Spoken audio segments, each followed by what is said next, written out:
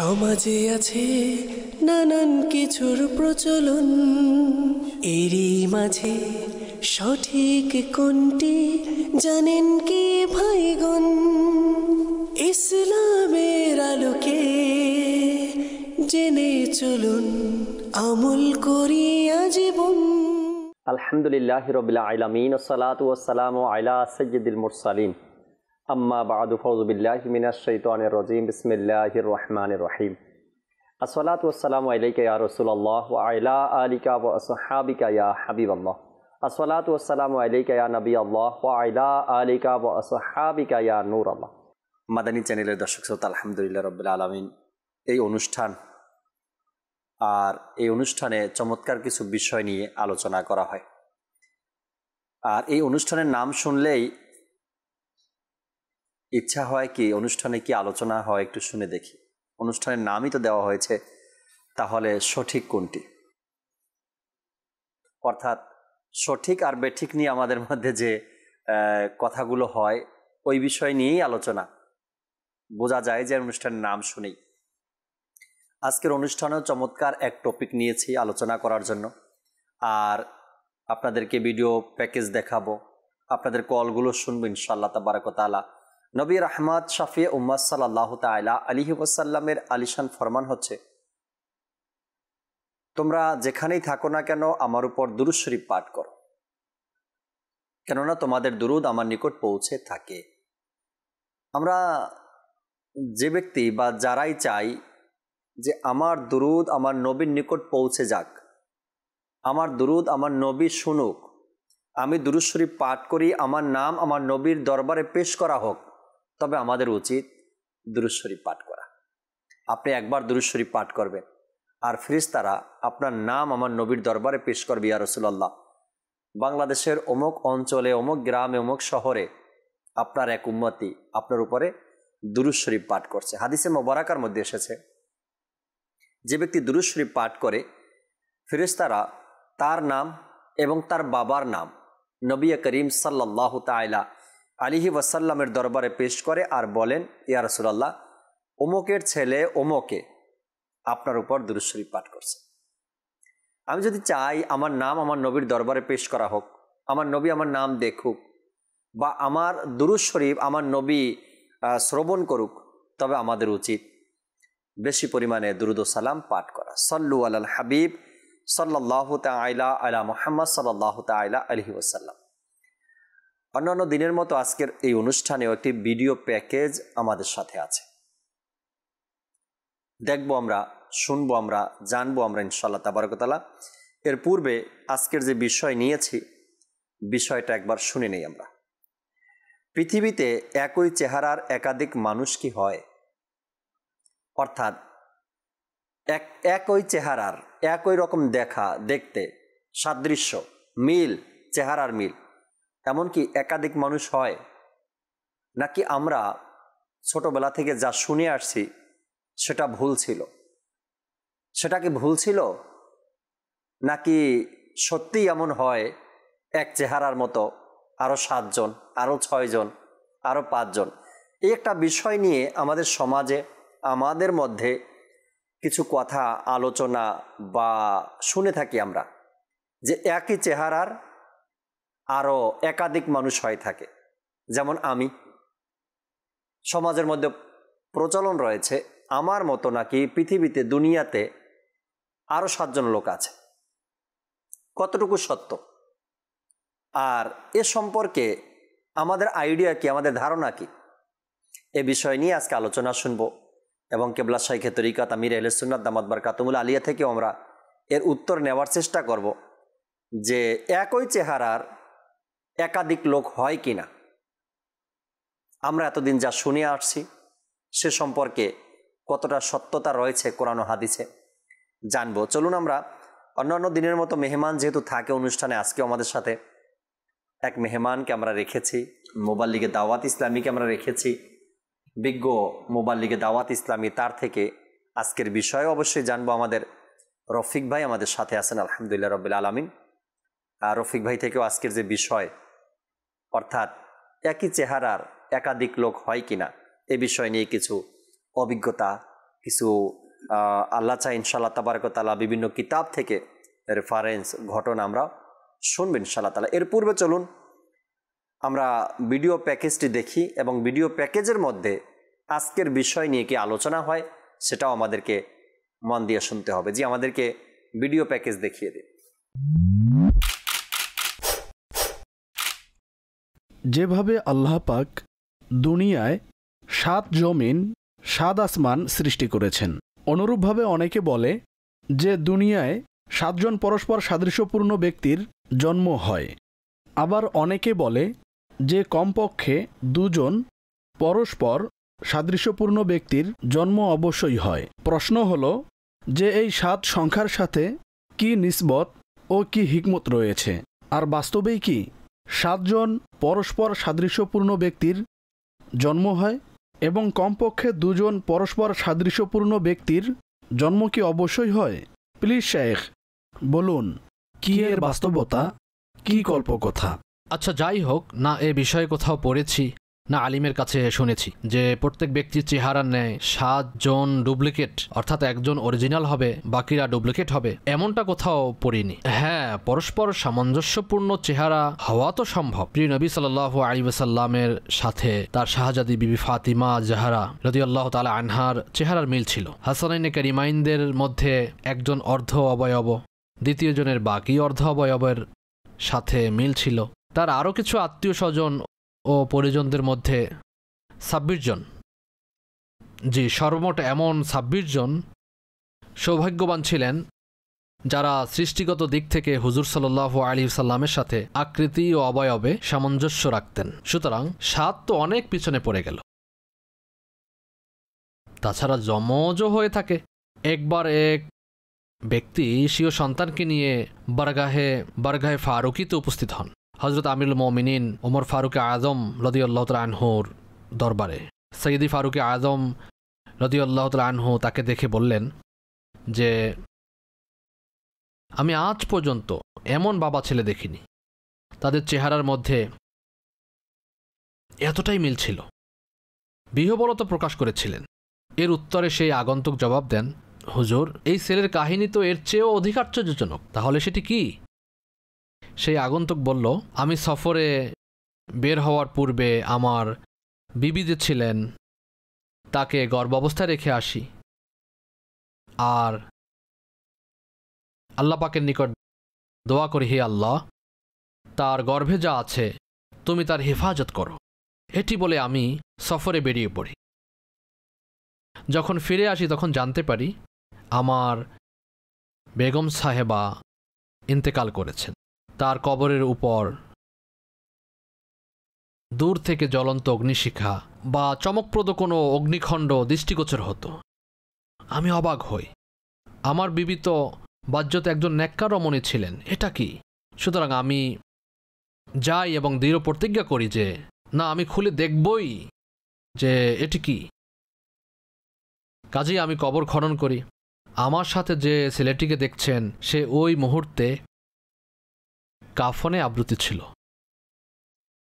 তার মাও কাফনে আবৃত ছিল, কেননা সে ইন্তেকাল করেছিল, কিন্তু এই সন্তান জীবিত ছিল। আমি আশ্চর্যান্বিত হই। তখন অদৃশ্য থেকে আওয়াজ আসে যে তুমি যাওয়ার সময় এই শিশুটিকে আল্লাহ সোপর্দ করেছিলে, যদি তার মাকেও সোপর্দ করে যেতে তাহলে তাকেও জীবিত পেত। এটি হলো কুদরতের কারিশমা। সুতরাং আমরা দোয়া চাওয়ার সময় কৃপণতা করি অনেক সময়, আর দোয়া করার সময় তো অলসতা ও কুরেমে করেই থাকি, চাইতেও আমরা চাই না। এভাবে তাদের বাবা ছেলের চেহারার অনেকটা মিল ছিল। এটি ছিল মাকসাদ। সাইয়েদুনা আমিরুল মুমিনিন হজরত ওমর ফারুক আজম রাদিয়াল্লাহু তাআলা আনহু, যিনি আমাদের মুসলিম উম্মার দ্বিতীয় খলিফা, তার যুগের এই ঘটনা। আরও অনেকেই আছেন একই চেহারার অধিকারী। 2 ভাই আমার পরিচিত ছিল, এখন জানি না কি অবস্থায় আছে, অনেকদিন ধরে দেখি না। আর এতটাই চেহারায় মিল ছিল যে হতে পারে রক্তও এক ছিল, একসঙ্গে যেহেতু জন্ম হয়েছে। তাদের একজন আমাকে বলেছিল যে একজন আমার অনুগত ছিল তাদের 2 ভাইয়ের মধ্যে, অপরজন বুঝতে পেরেছেন। সুতরাং তিনি বলেছেন কখনো কোনো ঋণ বা অন্য সমস্যা হলে একজনের জায়গায় অপরজনকে ধরত। যে তুমি টাকা নিয়েছ, অথচ সে জানতোই না এ ব্যাপারে। চার্জারে সব কিছুর ইলেকট্রিশিয়ান ছিলেন তিনি। যমজ ভাইয়ের ব্যাপারে এ ধরনের কিছু কৌতুক আমাকে তিনি শুনিয়েছিলেন। সাল্লু আলাল হাবিব সাল্লাল্লাহু আলা মুহাম্মদ। মুহাম্মদ সাল্লাল্লাহু তাআলা আলাইহি ওয়াসাল্লাম। হ্যাঁ দর্শক, কি বুঝতে পারলাম আমরা? একই চেহারার একাধিক লোক। কিবলা শাইখে তরিকাত আমির আহলে সুন্নাত দামাত বারকাতুহুম আলিয়া চমৎকারভাবে এর ব্যাখ্যা করেছেন। হুজুর সাল্লাল্লাহু আলাইহি সাল্লামের বংশধর ব্যাপারে, তার যে আওলাদরা ছিল তাদেরও চেহারার ব্যাপারে, এবং ফারুক আজম রাদিয়াল্লাহু তাআলা আনহুর দরবারে যে বাবা এবং ছেলে এসেছিলেন তাদের ব্যাপারেও চমৎকার এক ঘটনা আমাদেরকে শোনালেন। আসলে কি একই চেহারার একাধিক লোক, 7 জন, আবার সংখ্যাও দেওয়া হয়, এমন হয় কিনা? যদি রফিক ভাইকে প্রশ্ন করি, রফিক ভাই, আপনার জীবনে কেমন কখনো হয়েছে কেউ এসে আপনাকে বলছে, অন্য নাম ধরে আপনাকে ডাকছে? অর্থাৎ যেহেতু আপনার আজকের যে টপিক, আজকের যে বিষয়, যদি এমনটাই হয় যে একই চেহারার 7 জন লোক দুনিয়াতে আসবে, তো হয়তো রফিক ভাইকে কেউ না কেউ আপনার চেহারার আকৃতিতে আরও 7 জন যারা আছে তাদের একজনের নাম ধরে আপনাকে হয়তো কোথাও রাস্তায়, বাজারে, মার্কেটে, কোথাও না কোথাও এমন কি হয়েছে, ডেকেছে কখন আপনাকে এমন?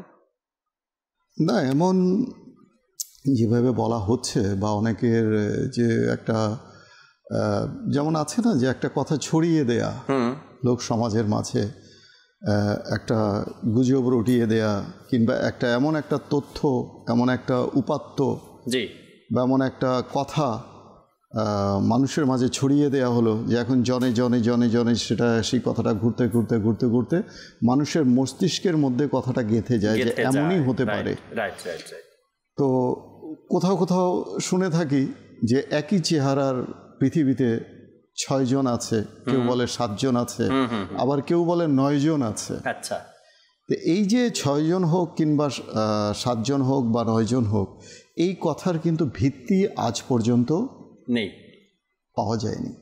তবে হ্যাঁ, যেটা আমির আহলে সুন্নাত বললেন তার কথাও স্পষ্টভাবে আমরা বুঝে গেলাম।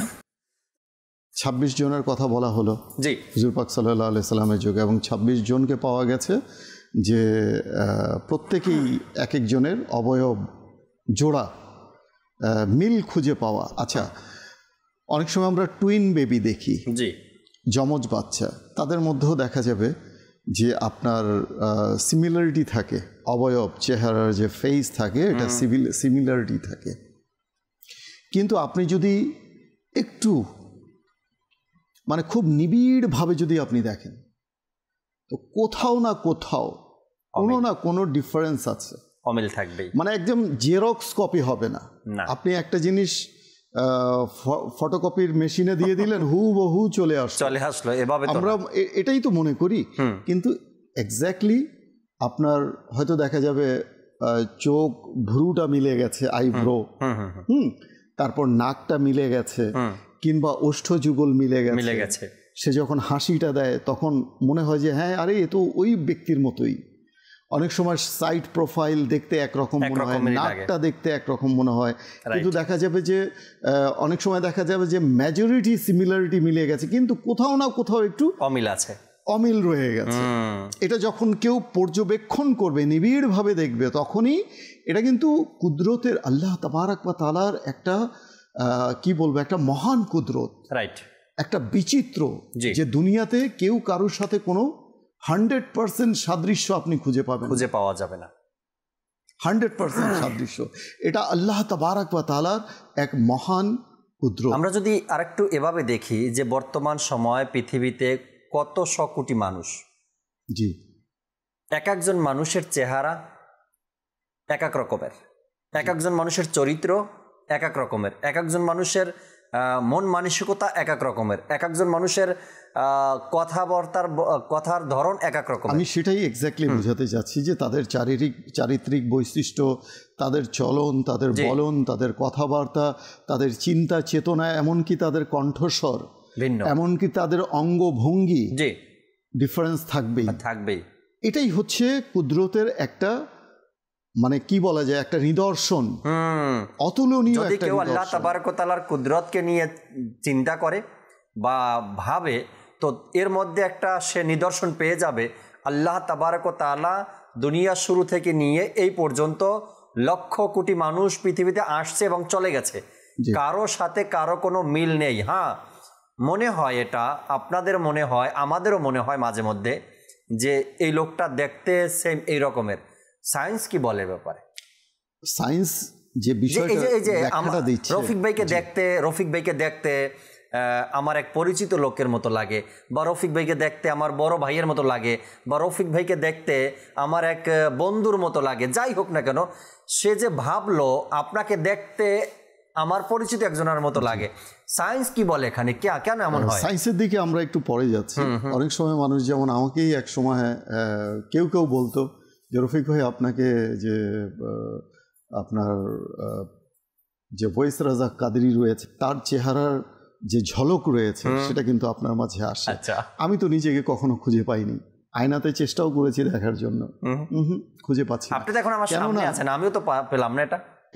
এই মানে আমি সেটাই বলছি আর কি। এক সময় বলতো মানুষের চেহারার কিন্তু আকৃতি চেঞ্জ হতে থাকে বয়সের সাথে সাথে। যখন মানুষ ছোট থেকে বড় হয়, আকৃতির, চেহারার আকৃতি, মুখ অবয়ব যে রয়েছে, এটা আস্তে আস্তে আস্তে আস্তে মানে বয়সের একটা ছাপ পড়তে থাকে, চেহারা পরিবর্তন হতে থাকে। তো এক সময় অনেকেই আমাকে বলতো।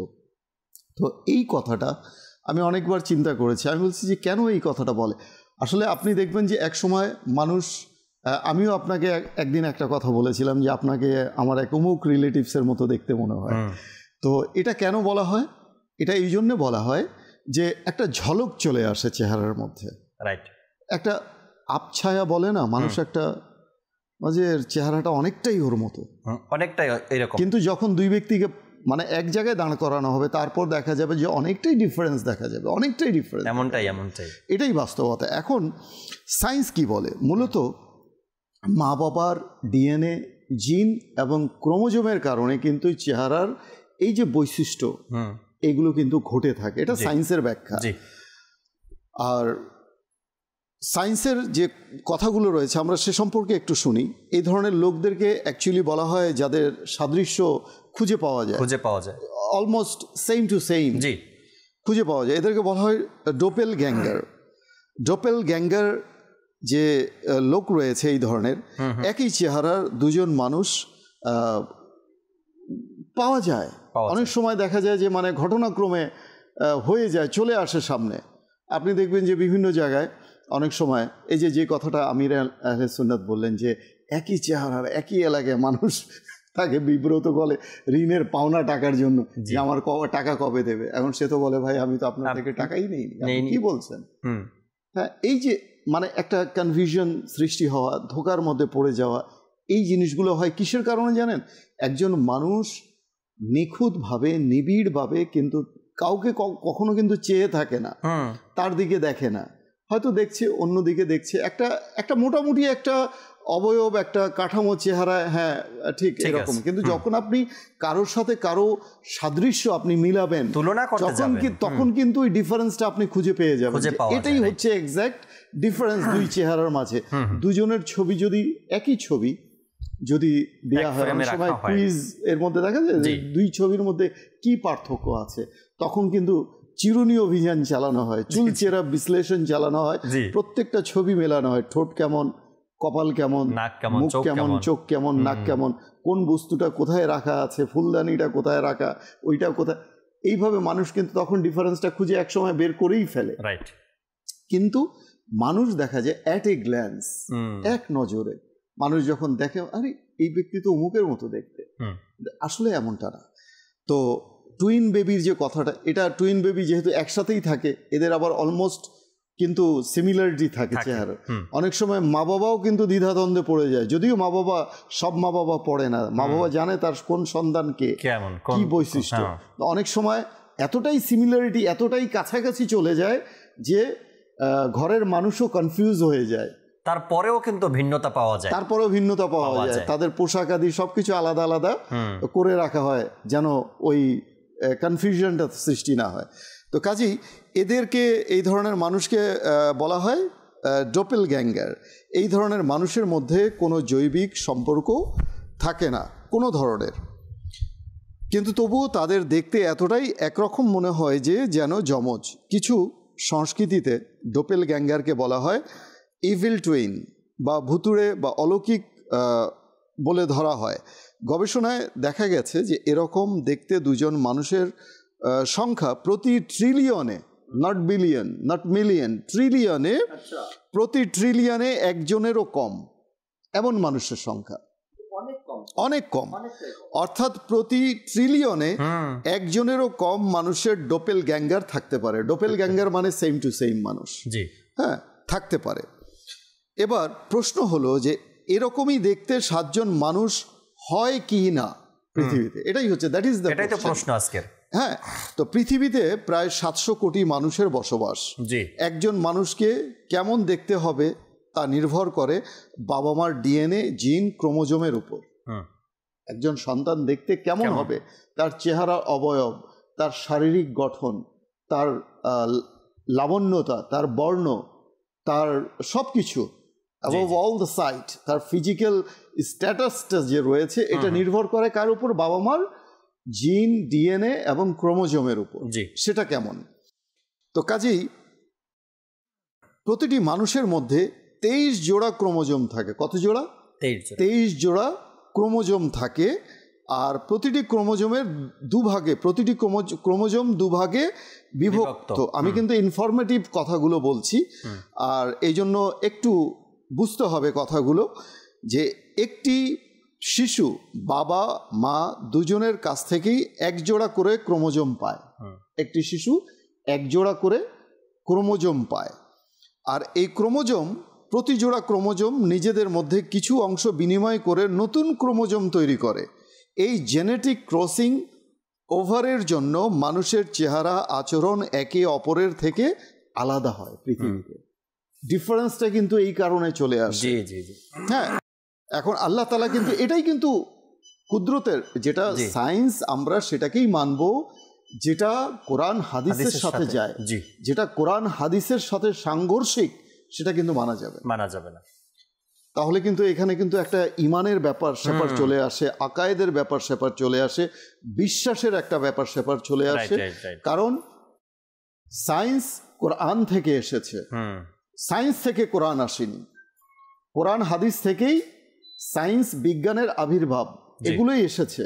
এবং মানুষ, আপনি দেখবেন যে মুসলিম মনীষী যারা, বৈজ্ঞানিক যারা ছিলেন, এদের নাম আজকে ইতিহাসের পাতায় অনেকটাই ম্লান হয়ে গেছে। মানুষ ওনাদের নাম খুঁজে পায় না।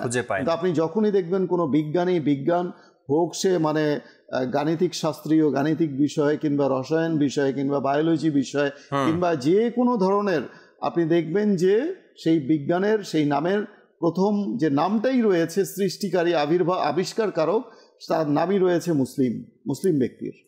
আপনি দেখবেন এমন অনেক নাম রয়েছে, ইবনে সিনা, যেমন বিভিন্ন নাম, এই বিষয়ে আমি যাচ্ছি না। তো এই নামগুলো আপনার ওই মুসলিম মনীষী, মুসলিম ব্যক্তিদের নামগুলো চলে এসেছে বিজ্ঞানের এইভাবে। তো এই জিনিসগুলো এসেছে কোত্থেকে? কোরআন ও হাদিস থেকে রিসার্চ করে, কোরআন ও হাদিসকে আপনার ডায়াগনোসিস করে, এটাকে এক্সপ্লেইন করে মানুষ ওখান থেকে বিজ্ঞানটাকে, বিশেষ জ্ঞানটাকে অর্জন করেছে। বিজ্ঞান মানে হচ্ছে বিশেষ জ্ঞান। তো এই যে ডিফারেন্সটা, আচ্ছা, এরপরে হচ্ছে যেটা বললাম যে প্রতি জোড়া ক্রোমোজোম নিজেদের মধ্যে কিছু অংশ বিনিময় করে নতুন ক্রোমোজোম তৈরি করে। এই জেনেটিক ক্রসিং ওভার এর জন্য মানুষের চেহারা ও আচরণ একে অপরের থেকে আলাদা হয়। তাই এই পৃথিবীতে একই চেহারার 7 জন মানুষ থাকার সম্ভাবনা নেই বললেই চলে। মানে একটা কথা আমি বলে দিলাম আর সেটা চলে গেল, উড়ে গেল। আপনি এখন সোশ্যাল মিডিয়ার যুগ, মিথ্যাচারিতা কিভাবে ছড়ায় মানুষ, কিভাবে গুজব রটায়। একজন জীবিত মানুষকে, সে বেচারা দেখা গেল যে গরমের কারণে, ওভার হিটের কারণে ফেইন্ট হয়ে গেছে, সেন্সলেস হয়ে গেছে, তাকে দিয়ে দিল পুরো ক্যাপশন বানিয়ে, ইন্না লিল্লাহি ওয়া ইন্না ইলাইহি রাজিউন। সে কিন্তু দুনিয়া থেকে চলে গেছে। আল্লাহ তাআলা তাকে জান্নাতুল ফেরদৌস নসিব করুক। এই যে মানুষের অবস্থান কোথায় চলে গেছে, কতটা মানুষের নৈতিক মূল্যবোধের অবক্ষয় হলে মানুষ মিথ্যাচার করতে পারে। অথচ ব্যক্তি জীবিত, অল্প সময়ের জন্য ফেইন্ট হয়ে গেছে, সেন্সলেস হয়ে গেছে, অজ্ঞান হয়ে গেছে, কিন্তু সেখানে সে এই লোকটাকে দুনিয়া থেকেই একেবারে বিদায় করে দিল। আচ্ছা, এই লোকটার আত্মীয় স্বজন যদি দেখে, ছেলে দেখে, বাবা দেখে, ঘরের মানুষ দেখে, কতটা কষ্ট পাবে এবং কতটা তারা পেরেশানগ্রস্ত হয়ে যাবে যে কোথায় আছে, কি অবস্থায় আছে, কিভাবে পড়লো, কত ফ্যান ফলোয়ার থাকে, কত শুভাকাঙ্ক্ষী থাকে, শুভানুধ্যায়ী থাকে, তারা কিন্তু পেরেশান হয়ে যায়, যোগাযোগ করার চেষ্টা করে যে আসলেই কি মারা গেছে। এমন ভুয়া সংবাদ অনেক সময় দেখা যায় সোশ্যাল মিডিয়াতে, অনেকের ব্যাপারেই এরকমের হয়ে থাকে। আমরা আলোচনা করছিলাম একই চেহারার একাধিক লোকের ব্যাপারে, যেটা রফিক ভাই তুলে ধরলেন যে সায়েন্স কি বলে ব্যাপারে। একজন মানুষ যখন হঠাৎ করে কারো দিকে তাকায়, আর তাকানোর সাথে সাথে তার চোখ বা তার গাল অথবা তার নাক এমন কোনো ব্যক্তির সাথে মিলে যায়, ওই ব্যক্তির চিন্তা ভাবনা তার মধ্যে চলে আসে। যেমন আমার সামনে কোনো ব্যক্তি পড়ল, তাকে দেখতে আমার কোনো বন্ধুর মতো, অর্থাৎ তার নাক বা চোখ দেখতে আমার বন্ধুর মতো, তখন আমার বন্ধুর প্রত্যেকটা বিষয় আমার ভিতরে চলে আসে, আমার জ্ঞানের ভিতরে। তখন আমি সামনের ব্যক্তিকে উদাহরণ দেওয়া শুরু করি, বলা শুরু করি যে আপনাকে দেখতে এমন এমন এমন এমন আমার বন্ধুর মতো লাগে। কিন্তু যতবার আপনি দেখবেন ততবারই ভিন্ন কিছু পাবেন, অর্থাৎ তার সাথে এতটা মিল নেই। আমার সাথে এমন অনেক হয়েছে। মাদানী চ্যানেলের কয়েকজন মোবাল্লিগের কথা আমি বলতে পারবো। স্বপ্নের ব্যাখ্যা অনুষ্ঠানের যে উপস্থাপক আছেন মনসুর আহমদকে আপনারা প্রায় সময় দেখেন, প্রতি সপ্তাহে দেখেন। স্বপ্নের ব্যাখ্যার যে হোস্ট আছেন, যখন আমি তার ওখানে গেলাম, তার অফিসে গেলাম, তখন কিছু লোক আমাদের দুজনকে দাঁড় করিয়ে ছবি তোলা শুরু করলো। কেন ছবি তুলছে? এই কারণে আমি নাকি দেখতে মনসুর ভাইয়ের মতো, মনসুর ভাই নাকি দেখতে আমার মতো, অথচ আমার কাছে কোনো দিক থেকেই লাগে না মনসুর ভাই আমার মতো বা আমি তার মতো, আমার কাছে কোনো দিক থেকে লাগে না, অথচ আমাদেরকে দাঁড়া করিয়ে এবার ছবি তোলা শুরু করলো। একবার নারায়ণগঞ্জের মধ্যে এক লোক সাইড থেকে খুব দৌড়াচ্ছে আমার গাড়ির পিছনে পিছনে, আর বলল, লিয়াকত ভাই একটু দাঁড়ান। দাঁড়ালাম, বুঝে গেছি তো আমি। এখন সামনে এসে বলতে লাগলো, আপনার এক সাইড থেকে লিয়াকত ভাইয়ের মতো দেখা যায়, কিন্তু আপনি তো জাকির ভাই। হ্যাঁ, আমি জাকির ভাই। অর্থাৎ তার মধ্যে ওই ফিল্ডটা কাজ করছে যে হয়তো বা লিয়াকত ভাই নারায়ণগঞ্জে আসছে, আর আপনারা লিয়াকত ভাইকে চিনেন, অথচ আমি আর লিয়াকত ভাই অসংখ্যবার একই অনুষ্ঠানে বসছি, বারবার ফ্রেমগুলো আমি চেক করলাম, কোথাও না এমনটা। আচ্ছা, ঢাকা ফয়জানে মদিনার যে সাবেক ইমাম সাহেব আরাফাত মাদানী ভাই, অনেক মানুষ আবার তার সাথে আমাকে তুলনা করে, বলে আমি নাকি বা সে নাকি আমাদের চেহারা নাকি হুবাহুব মিল, অথচ আরাফাত ভাইয়ের সাথে কত সফর করলাম, কত জায়গাতে গেলাম, কত প্রোগ্রাম একসাথে করলাম। না, এমনটা কোনো দিক থেকেই পড়ছে না আমার এমন যে হ্যাঁ একটু মিল আছে, এমনটাও না। এটা হয় মানুষের মধ্যে যার বিষয়টা নিয়ে কাজ করে এই মুহূর্তে, আর তার কিছু ভঙ্গি, তার কিছু চলাফেরা, তার কথার স্টাইল, বা তার চোখ বা তার কান বা তার নাক, তার চেহারা, এটা নিয়ে যখন কল্পনা জল্পনা থাকে, সামনে কোনো ব্যক্তি আসলে তখন মনে হয় কিছুটা মিল তার মধ্যে আমরা পাই, এরকম একটা মনে হয়। কিন্তু এমনটা না। যা কোরআন ও হাদিস বলে, যা সায়েন্স বলে, বিজ্ঞান যা বলে, এ দুটাও যদি আমরা একসাথে করি, তারপরেও তো এই কথার কোনো ভিত্তি নেই যে একই চেহারার 7 জন, 10 জন, 9 জন, 5 জন, এমনটা দুই দিক থেকে দেখলে আমরা কোনো দিক থেকে আমরা মিল পাচ্ছি না। মানুষকে আল্লাহ তাআলা যে সৃষ্টি করেছেন, জি, যে কোরআনুল কারীমে আল্লাহ তাআলা ইরশাদ করেছেন যে আমি মানব জাতিকে উৎকৃষ্ট অবয়বে আমি সৃষ্টি করেছি। আপনি দেখবেন জাকির ভাই যে প্রত্যেকটা মানুষের মাঝে তার স্বতন্ত্র যে বৈশিষ্ট্য রয়েছে, জি, মানে কারোর সাথে কারো চলন বলন, কথাবার্তা, মেজাজ, এবং কি তার সুদর্শনতা, কোনো কিছুতে আপনি মিল খুঁজে পাবেন না। একটা হচ্ছে আমরা সাধারণত একটা ক্রাইটেরিয়া করি, দেখতে কেমন শ্যামলা, দেখতে কেমন ফর্সা, দেখতে কেমন কালো। তো এই যে কালো, শ্যামলা কিংবা ফর্সা আমরা যাই বলি না কেন, এই বিষয়গুলো এটা তো আমরাই একটা শ্রেণীবিন্যাস করেছি, জি জি। কিন্তু মানুষ যখন 10 জন মানুষ এক জায়গায় দাঁড়াবে, 10 জন মানুষ, আমি সত্যি বলছি, মানে একদম বাস্তব কথা বলছি যে 10 জন মানুষই কিন্তু 10 রকম দেখাবে, রাইট, 10 রকমের দেখাবে। যদিও তাদের সাইজ একরকম হয় কিন্তু শারীরিক গঠন আলাদা আলাদা হবে। তাদের আপনার চেহারার যে লাবণ্যতা, চেহারার যে আকৃতি, চেহারার যে সৌন্দর্যতা একদম মানে টোটালটাই ডিফারেন্স, নো সিমিলারিটি। তো এই যে বিষয়টা, এটা কিন্তু আল্লাহ তাবারক ওয়া তাআলা এগুলো দেখে মানে সত্যি কথা। আপনি কথা তুলছিলেন যমজ ভাইয়ের ব্যাপারে, যমজ সন্তানের ব্যাপারে। যমজ সন্তান যদিও বা দেখতে একই রকম, কিন্তু রফিক ভাই তাদের মধ্যেও অমিল কিছু না কিছু অবশ্যই থাকবেই। হয়তো দুইজনার কথা বলার স্টাইল ভিন্ন, না হয়তো দুইজনার মেজাজ ভিন্ন, আর না হয়তো দুইজনার ব্যবহার আচার ভিন্ন, না হয়তো দুইজনার লেখাপড়া ভিন্ন, না হয়তো দুইজনার ঘরে আসা যাওয়া ভিন্ন, কোনো না কোনো দিক থেকে, না হয়তো ভয়েস টোন ভিন্ন। এটা মা বাবা ভালো বুঝতে পারে।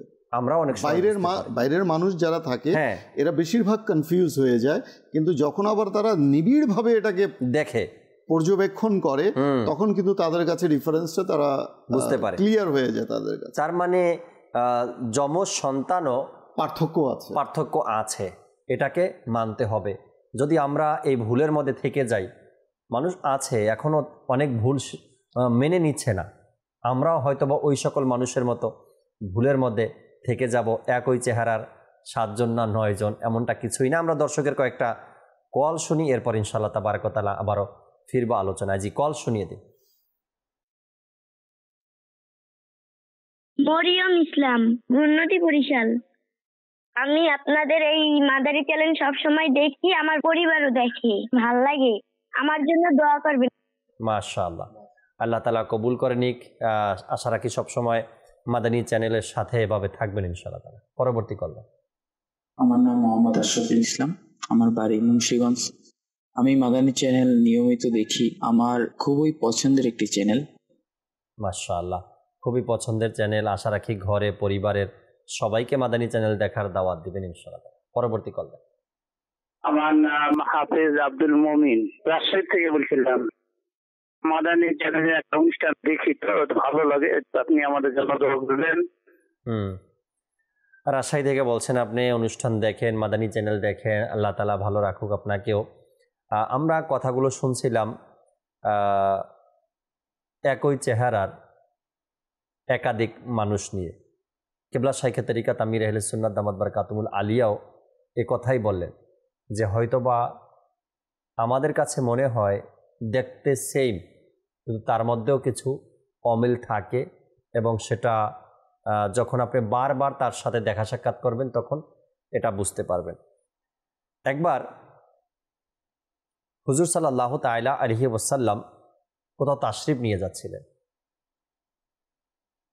পথিমধ্যে যমজ ভাই এদের বাড়ি পড়ল রাস্তাতে, যারা যমজ ভাই। যখন ওই বাড়ির সামনাসামনি গেলেন তো হুজুর সাল্লাল্লাহু আলাইহি সাল্লাম প্রশ্ন করলেন সাহাবা একরামকে যে এটা কি ওই লোকদের বাড়ি না যারা যমজ? সাহাবা একরাম বলেন জি ইয়া রাসূলুল্লাহ, ওই 2 ভাই যে আছে তাদের বাড়ি। তখন হুজুর সাল্লাল্লাহু তাআলা আলাইহি সাল্লাম বললেন যে দেখো আল্লাহ তাবারক ওয়া তাআলার কুদরত কেমন, তারা 2 ভাইয়ের মধ্যে হুবহুব মিল আছে। হয়তো হঠাৎ করে কেউ দেখলে বুঝতেই পারবে না যে কে কোনটা, কে বড় কে ছোট, কার নাম কি, কিন্তু তাদের হাঁটার স্টাইল বা পা তাদের এক রকমের না, শুধু এক জায়গা থেকেই তাদেরকে পৃথক করা যায়। অনেক সময় ক্লাস টিচার দ্বিধাদ্বন্দ্বের মধ্যে পড়ে যান যখন এমন 2 জন ভাই, যমজ ভাই একই ক্লাসে লেখাপড়া করে। অনেক সময় এলাকার মধ্যে বন্ধু বান্ধব এরকমের দ্বিধাদ্বন্দ্বের মধ্যে পড়ে যায়, নাম জিজ্ঞাসা করে এরপরে কথা বলতে হয়, কিন্তু তারপরেও অমিল কিছু পাবেন এবং যার মাধ্যমে খুঁজে নিতে পারবেন যে এই লোকটা কে বা কোনজন, বড় নাকি ছোট, এর নাম প্রকৃতপক্ষে নাম কি। যখন আপনি বেশি সময় তার সাথে চলাফেরা করবেন, ওঠা বসা করতে থাকবেন, এটা এমন না রফিক ভাই যে একটা মোবাইল কোম্পানি, যখন এই কোম্পানি মোবাইল তৈরি করছে তখন একই নাম্বারের অর্থাৎ একই ডিজাইনের বা একই মডেলের হাজার হাজার মোবাইল তৈরি করছে। পৃথক করা যাবে না, পৃথক নিউ মোবাইল থাকে, পৃথক করা যাবে না। কেন? কোম্পানি একই সাথে একই ঢাইচে দিয়ে হাজার হাজার মোবাইল তৈরি করেছে। পৃথকটা হয়ে যাবে আইএমই নাম্বারে। হ্যাঁ, তাও সেটা যখন বিক্রি হয়ে যাবে, কারো কাছে চলে যাবে, কারো হাতে চলে যাবে। এরপরে এখন মানুষ তো আর এক ঢাইচে দিয়ে একই মডেলের আল্লাহ সৃষ্টি করেননি। হয়তোবা চেহারার মিল আপনি দেখেন, আল্লাহ আমাকে পাঠিয়েছে বাংলাদেশের জমিন, আর আমার মতো দেখতে যাকে তাকে পাঠিয়েছেন অন্য জমিনে। যেহেতু মোবাইল কোনো কোম্পানি তৈরি করে আর তাদের টার্গেট থাকে একই মডেলের, একই ডিজাইনের, একই সফটওয়্যার, একই অ্যাপসের, একই ধরনের এত হাজার মোবাইল আমরা তৈরি করব। এটা তো মানা যায় বা মেনে নেয় মানুষ যে হ্যাঁ একই ডিজাইনের বা একই স্টাইলের একই কোম্পানির এতগুলো এমন মোবাইল থাকতে পারে। কিন্তু রফিক ভাইয়ের যে পরিবার পরিজন আছে, মা বাবা আছে, বা আমার যে আত্মীয় স্বজন আছে, আমার যে বংশ আছে, হয়তোবা দাওয়াত ইসলামীতে আসার আগে রফিক ভাই আমাকে চিনত না, আমি রফিক ভাইকে চিনতাম না। এক চেহারার কিভাবে হলো? তো এই জন্য কিবলা শাইখে তরিকাত আমির আহলে সুন্নাত দামাত বারকাতুল আলিয়া চমৎকারভাবে বুঝিয়েছেন যে হুজুর সাল্লাল্লাহু তাআলা আলাইহি ওয়াসাল্লামের ঘরে কি এর 5 জন আর কিসের 7 জন? 26 জন ছিল।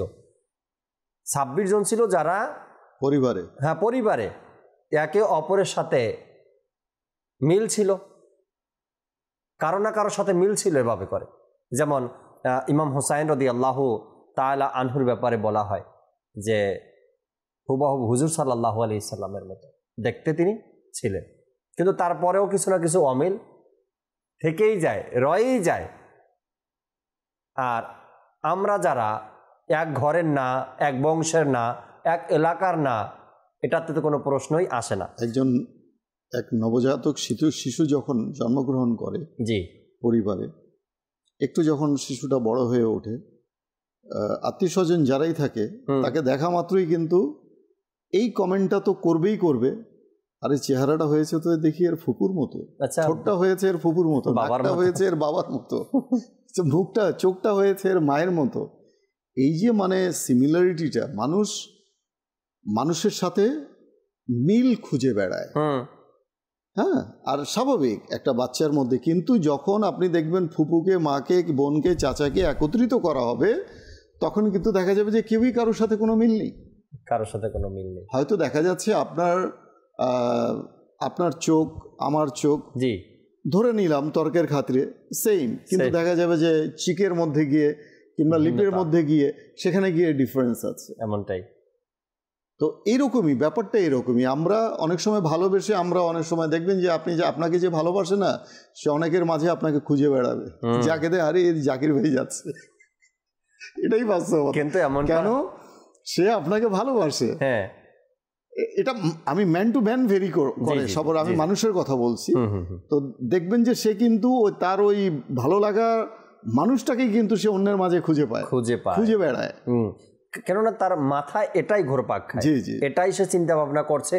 এ কারণে সে অন্য ব্যক্তির মধ্যে তার ওই মানুষটার প্রতিছবি দেখে, যে হ্যাঁ প্রায় তো নাকটা, চোখটা, চেহারাটা, পিছন দিয়ে ছুটে গেল, ভাই ভাই ভাই ভাই দাঁড়ান, কিন্তু সামনে গিয়ে দেখে হ্যাঁ আরমান ভাই আপনি, আর যখন চেহারাটা ঘুরে, সরি ভাই রফিক ভাই, ভুল হয়ে গেছে, আমি মনে করছি আপনি আরমান ভাই। এই যে পিছন দিক থেকে তার অবয়বটা, তার যে ফিজিক্যাল যে তার সেই গঠন, এই জিনিসগুলো মানুষের অনেক সময় তার চিন্তা চেতনার সাথে হুবহু মিলে যায়, কিন্তু যখনই সে বাস্তবতার মধ্যে আসে তখন ডিফারেন্সটা খুঁজে পায়। আল্লাহ তাবারক ওয়া তাআলার অসংখ্য দয়া যে আল্লাহ তাবারক ওয়া তাআলা আমাদেরকে শ্রেষ্ঠ করে বানিয়েছেন, তাই না? সর্বোত্তম করে আমাদেরকে বানিয়েছেন। হ্যাঁ, যা আলোচনা করছি এতক্ষণ পর্যন্ত আমরা একই চেহারার একাধিক লোক, কিন্তু আল্লাহ তাবারক ওয়া তাআলা দেখেন প্রত্যেকটা মানুষকে কত নিখুঁত, কত সুন্দর করে বানিয়েছে। কিন্তু রফিক ভাই, এখানে যদি একটা বিষয় না তুলি তবে অসম্পূর্ণ থেকে যায়। এই সুন্দর নিয়ে যদি আমরা কখনো অহংকারে পড়ে যাই, আল্লাহ তাবারক ওয়া তাআলা এত সুন্দর করে আমাকে বানিয়েছেন, যখনই আপনি আয়নার সামনে দাঁড়ান আর নিজেকে দেখেন, হয়তোবা বয়স আপনার 20 বছর হয়ে গেছে, 30 বছর হয়ে গেছে, একদিনও আয়নার সামনে দাঁড়িয়ে নিজেকে দেখে আল্লাহ তাআলার শুকরিয়া আদায় করা এখনো হয়নি। আল্লাহ তোমার শুকরিয়া, তুমি আমাকে এত সুন্দর করে বানিয়েছ। আর একে তো শুকরিয়া আদায় করা হয়নি আজও পর্যন্ত, দ্বিতীয়ত এই সুন্দর নিয়ে অহংকার আমাদের মধ্যে, আত্মগৌরব আমাদের মধ্যে জন্মায়। ধীরে ধীরে ধীরে ধীরে আমরা মানুষকে মানুষই মনে করি না, অথচ যতই সুন্দর চেহারার অধিকারী হোক না কেন মানুষ, তার পাপের শাস্তি তাকে পেতেই হবে। যত সুন্দরভাবেই নিজেকে আপনি রাখেন না কেন, অহংকারের পতন একদিন ঘটবেই ঘটবে। কিন্তু এত সুন্দর করে আল্লাহ তাবারক ওয়া তাআলা আপনাকে আমাকে সৃষ্টি করলেন, আজ হয়তো আপনার সুন্দর চেহারার কারণে আপনার চতুর্পাশে ভিড় জমে থাকে। আচ্ছা, আপনি সুন্দর করে কথা বলতে পারেন, এজন্য হয়তো বা মানুষ আপনাকে অনেক লাইক করে, অনেক পছন্দ করে। কিন্তু এই প্রত্যেকটা বিষয় যা আপনার মধ্যে আছে, আল্লাহ যা দিয়েছেন, প্রত্যেকটা বিষয় কিন্তু একটা বিষয় নিয়ামত, অনেক বড় বড় নিয়ামত। এগুলো কৃতজ্ঞতা প্রকাশ করতে হবে, শুকরিয়া আদায় করতে হবে। শুকরিয়া আদায় আমাদেরকে করতে হবে। যদি না করি, তবে আমরা বারবার শুনি এই কথাটা, নিয়ামতের শুকরিয়া আদায় না করলে আল্লাহ তাবারক ওয়া তাআলা সেই নিয়ামতকে অর্থাৎ তার থেকে ছিনিয়ে নেওয়া হয়। আর আপনাকে যে সুন্দর করে বানিয়ে, প্রত্যেকটা ব্যক্তি নিজ জায়গাতে সুন্দর, প্রত্যেকটা ব্যক্তি। এটা কীভাবে পরীক্ষা নেবেন? সন্তান যেমনই হোক না কেন, মা বাবার কাছে কি খারাপ সে? মা বাবার কাছে কি কালো সে, কুৎসিত সে? না। তো প্রত্যেকটা ব্যক্তি নিজের কাছে, নিজের মা বাবার কাছে অনেকটাই প্রিয়, অনেকটাই সুন্দর, অনেকটাই ভালো। আমি আমার কাছে অনেকটা সুন্দর, আল্লাহ তাআলা আমাকে যেভাবে বানিয়েছেন। আপনাকে আল্লাহ যেভাবে বানিয়েছেন, আপনি এটাকেই নিজের কাছে অনেক কিছু মনে করছেন, কিন্তু এটা অহংকারের জায়গা না। আল্লাহ তাআলার সৃষ্টির উপরে, আল্লাহ তাআলার সৃষ্টির মাঝে কখনো খুঁত বের করতে নেই। আল্লাহ তাআলা তো মানুষকে সৃষ্টি করেছেন ভালোবেসে, এমনটাই। এখন কেউ যদি কোনো ব্যক্তির শরীরে কোনো একটা, মনে করেন হাতের 5টা আঙুলের জায়গায় 6টা আঙুল, কিংবা 5টা আঙুলের জায়গায় 4টা আঙুল আছে, একটা নেই, সৃষ্টিটা কার? আল্লাহ তাআলা। তা আপনি যখন সৃষ্টির খুঁত বের করবেন, সৃষ্টির ত্রুটি বের করবেন, মনে রাখবেন আপনি সৃষ্টির ত্রুটি বের করছেন না, আপনি স্রষ্টার দিকে আপনি আঙুল তুলছেন। এটা বুঝতে হবে। কিন্তু তো এই জন্য কোনো মানুষ, হোক সে শ্যামলা, হোক সে কালো, হোক সে, মানুষের শ্যামলা, ফর্সা, কালো, ধলা এগুলো দিয়ে কিছু আসে যায় না। মানুষের আখলাক, আচরণ, কথাবার্তা, তার চাল চলন, মানুষের সাথে তার ওঠা বসা, এই বিষয়গুলো যদি গ্রহণযোগ্য হয়, প্রশংসার সূচক হয়, তবেই সেই ব্যক্তি ভালো। কেননা কবি বলেছেন যে আমল সে বনতি হ্যায় জান্নাত और जहन्नम भी ये खाकी अपनी फितरत में ना नूरी है ना नारी। মানুষের যে ভিতরে আমল আখলাক রয়েছে না, এই কারণেই কিন্তু মানুষের গ্রহণযোগ্যতা আল্লাহ তাআলার দরবারে লাভ করে। সে সুন্দর নাকি ফর্সা, নাকি কালো, নাকি শ্যামলা। কখন আপনি এক একজন দেখবেন একটু কৃষ্ণকায়, একটু কি বলবো, মানে বিলালি রং যেটাকে আমরা বলি, মানে শ্যামলার চেয়ে একটু ডাউন, কালো রং আমরা যাকে বলি স্পষ্টভাবে, একটা ইসলামের সুন্দর পরিবেশে যেটাকে বেলালি রং বলে। আপনি একজনকে কালো মানুষ বললে কিন্তু তার মনে কষ্ট লাগে, এলো আমাকে কালো বলছে, স্বাভাবিক। এটা সে মুখে কিছু না বললেও ভিতরে মাজাল্লাহ অনেক সময় সমাজে নাম বিকৃত করে কাইল্লা বলে ডাকে। হারাম, মানুষের সৃষ্টি নাম বিকৃতি করা হারাম এবং জাহান্নামে নিয়ে যাওয়ার মতো।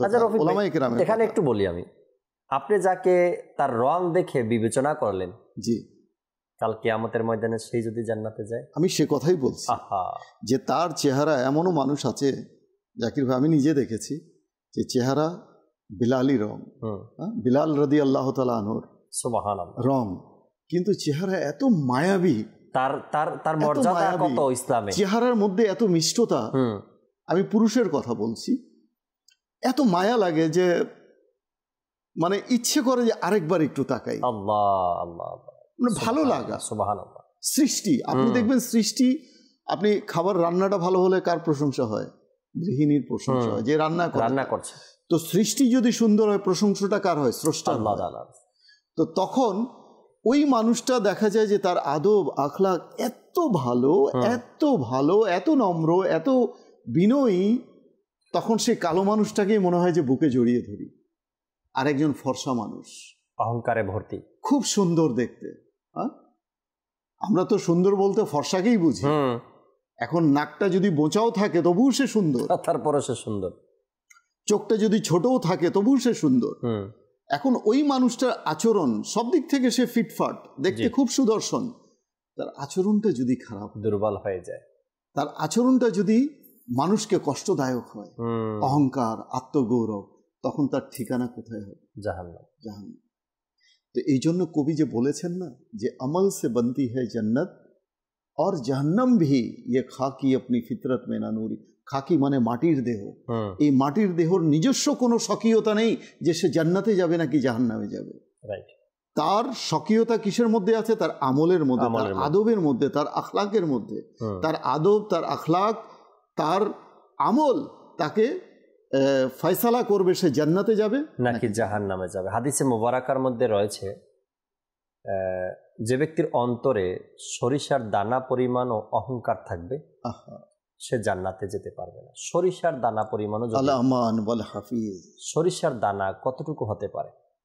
সে সরিষার দানা পরিমাণও যদি কারো অন্তরে অহংকার থাকে তবে তার জন্য জান্নাত নয়, সে জান্নাতে প্রবেশ করবে না। সরিষার দানা পরিমাণ অহংকার যদি থাকে। আজ সুন্দর কণ্ঠের অধিকারী, এ নিয়েও অহংকার। আজ সুন্দর চেহারা, এ নিয়েও অহংকার। আজ সুন্দর কথা বলতে পারা, এ নিয়েও অহংকার। আজ অর্থ সম্পদ, এ নিয়েও অহংকার। এমন কোনো নেয়ামত বাকি নেই যেটা পাওয়ার পরে আপনার আমার মধ্যে অহংকার আসে না। প্রত্যেকটা বিষয় নিয়েই আমাদের মধ্যে অহংকার চলে আসে। একটু ফিট, শারীরিকভাবে ফিট, অর্থাৎ উঁচা লম্বা এবং স্বাস্থ্যের দিক থেকে ভালো, এ নিয়ে অহংকার। জিম টিম করে শরীর, এ নিয়েও ভাই অহংকার চলে আসে। আচ্ছা, ভয়েস, কণ্ঠ সুন্দর, এ নিয়েও অহংকার। আবার ইলমের দিক থেকে যদি দেখি, একটু জ্ঞানী বা জ্ঞান বেশি, লেখাপড়া একটু বেশি, এ নিয়েও অহংকার। জানি না কোন কোন দিক দিয়ে আমরা অহংকারের মধ্যে ফেসে আছি, কিন্তু আমি নিজেও জানি না।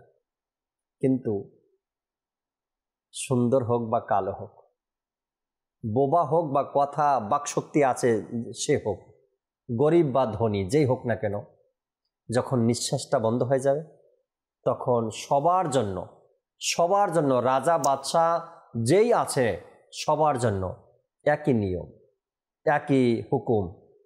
দুনিয়া থেকে বিদায় নিয়েছ, ভিতর থেকে রুহুটা বের হয়ে চলে গেছে, এখন তোমাকে গোসল করাবে, কাফন পরাবে, জানাজা পড়বে, এরপর সবার জন্য যেটা নিয়ম আইন, আপনার আমার জন্য সেটা ওই 3.5 হাত মাটির নিচে। অনেক সময় জাকির ভাই, মানুষের যে সৌন্দর্যতা রয়েছে না প্রকাশ, সেটার নিয়ামতের পাশাপাশি আল্লাহ তাআলার কাছে দোয়া করতে হয় যে আল্লাহ, তুমি যেভাবে আমার শারীরিক সৌন্দর্য, বাহ্যিকতা যেভাবে তুমি সুন্দর করে দিয়েছো, আমার অন্তরটাকেও অনুরূপ সুন্দর করে দাও। আমার অন্তর থেকে নিফাক দূর করে দাও, কপটতা দূর করে দাও। দোয়া তো করতে হবে না, দোয়া ইবাদতের মগজ বলা হয়।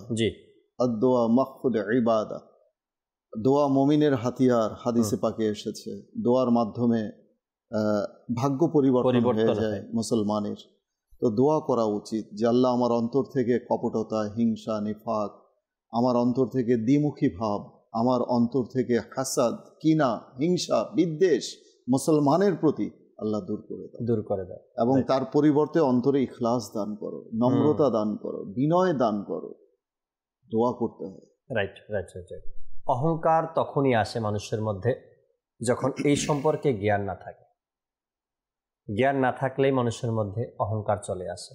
এজন্য ধর্মীয় জ্ঞানটাও অর্জন করা আমাদের খুবই দরকার। আজকের যে বিষয় আমরা নিয়েছি, একই চেহারার একাধিক লোক, আর যদি সঠিক জ্ঞান থাকতো আমাদের মধ্যে, তবে আমরা এই ভুল কখনো করতাম না যে একই চেহারার একাধিক লোক নিয়ে আমরা যে ভুলের মধ্যে রয়েছি।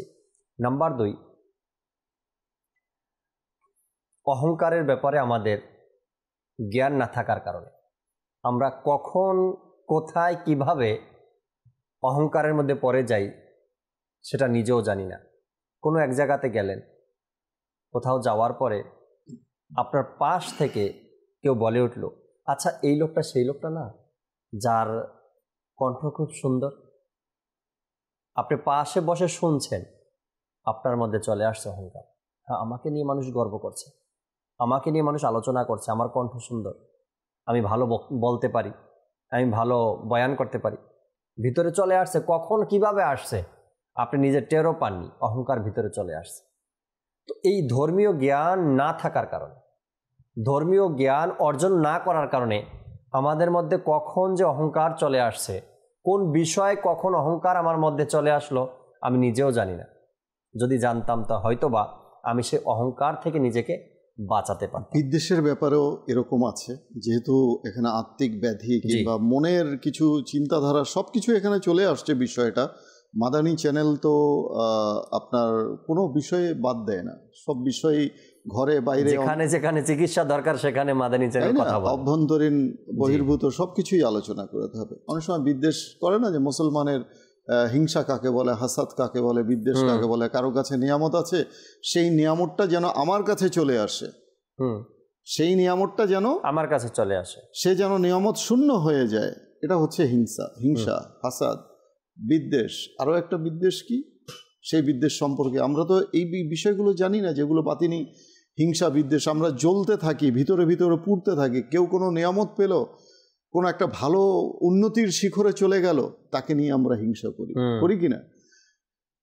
আর বগজের ব্যাপারে যেটা বলা হয়েছে যে কেউ যদি কখনো কারো ক্ষতিগ্রস্ত হয়ে যায়, সম্পদ হারিয়ে গেল, দুর্ঘটনার শিকার হয়ে গেল কিংবা মারা গেল, মনে মনে খুশি হওয়াটাকেও বিদ্বেষ বলা হয়। আল্লাহ আল্লাহ আল্লাহ, অর্থাৎ কারো বলা হয় কারো বিপদ দেখলে সে খুশি হয়ে গেল, জোর কাছে এই নিয়ামতটা ছিল, নিয়ামতটা চলে গেছে, ভালো হয়েছে। এটাও হিংসা বিদ্বেষেরই একটা আলামত, প্রকার। আল্লাহ তাআলা আমাদেরকে হেফাজত দান করুক। আজকের বিষয়ে যে ছিল একই চেহারার একাধিক লোক, আল্লাহ তাআলা এই ভুল ধারণা থেকে আমাদেরকে বেঁচে থাকার তৌফিক দান করুক। আমিন। বিজাহিন নবিল আমিন সাল্লাল্লাহু আলাইহি সাল্লাম। সাল্লু আলাল হাবিব সাল্লাল্লাহু তাআলা আলা মুহাম্মদ সাল্লাল্লাহু তাআলা আলাইহি ওয়াসাল্লাম।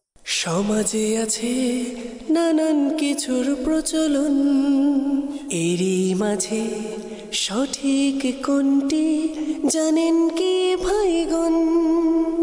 ইসলামের আলোকে জেনে চলুন, আমল করি